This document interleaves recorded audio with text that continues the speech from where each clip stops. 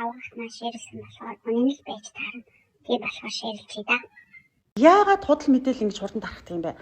Хамгийн ихний хэсэг бол харилцсан итгэлтэй хүмүүсийн бүлэг буюу ах トゥ хамаатас садан найз нөхдийн хүрээллээс эхэлдэг байна. Тиймээс энэ зүгээс гарсан мэдээллийг бид шүүн тунгаахгүйгээр шууд итгэн мөн л өөрийнхөө хүрээлэл рүү цацаж орхидог. Гэтэл тэр мэдээлэл нь худал байсан бол яах вэ? Мэдээ чаталсан мит одоо худлаа зүйлийг хэрхэн бий болгож болт гэж хэлэх юм бол та бүхэнд харуулъя. Сайт нь чатыг хурамчаар одоо зохиож хийдэг. Эхлээд манай улсад 5G нэвтрэх учраас 4G болгоно. За тэгээд нэрийг нь солино.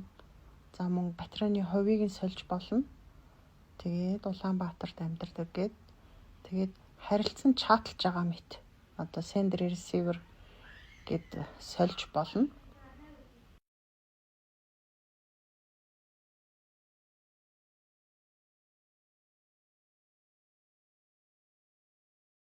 Тэгээд энийгээ зураг болгон хадгалж болно.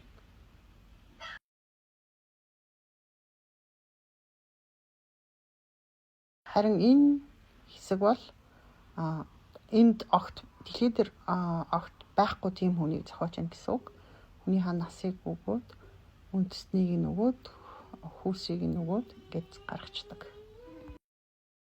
Тиймээс ямар ч мэдээлэл байсан ширлэхээс өмнө заавал